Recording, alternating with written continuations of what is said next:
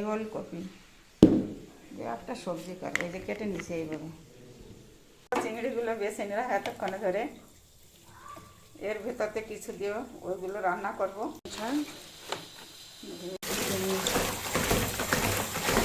কেটে নিয়েছে এরকম করে, লাউটাকে এখন কেটে নেব। কেটে নিয়েছিলাম, ধুয়ে ছোটো ছোটো করে কাটতে কেটে নিলাম। সব গুছিয়ে নিয়েছি, এখন রান্না করব। ওলকপি, ছোটো মাছ, পালং শাক, লাউ কাটা হয়ে গেছে।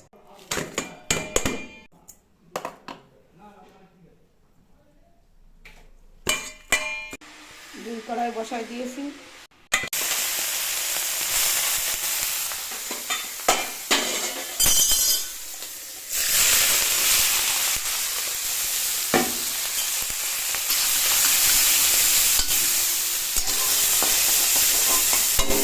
ভাজছি এখনো বাকি। তেলের উপর ভেজে রাখবো।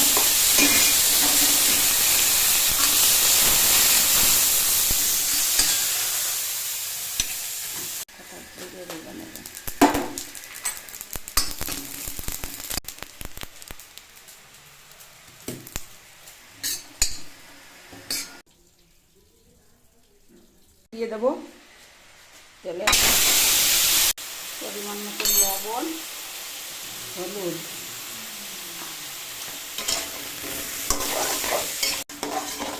এই কড়াইতে এটা থাকলে এখন এই কড়াইতে তেল দিয়ে দিয়েছি, আর এই লাউ দিয়ে দেবো ওখানে। হলুদ দেবো, আর লবণ দিয়েছি তো হলুদ দিলাম, এই পরিমাণ মতো লবণ হলুদ।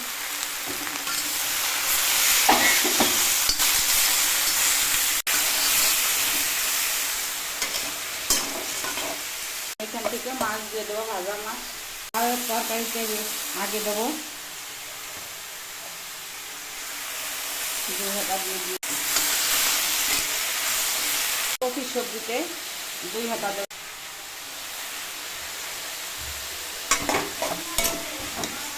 তরকারি ঢেকে রান্না করবো, জল দেবো না, জল দেবো। এটা ওলকপি সবজি জল দিয়েছি, আর এখানে জল দিয়ে ঢেকে ঢেকে রান্না করবো, জল দেবো না। এখন মশলাটা দিয়ে দেবো, সেই লাউকে সেই কাঁচা লঙ্কা জিরে বাটা দিয়ে দিলাম। সেও কাঁচা লঙ্কা জিরে বাটা এনে দিয়ে দুটোতেই দেওয়া হয়ে গেল। এই তরকারি হয়ে গেছে, তো চিংড়ি হয়ে গেছে, তুলে নেবো। চিংড়ি কমপ্লিট। এইটাও তুলে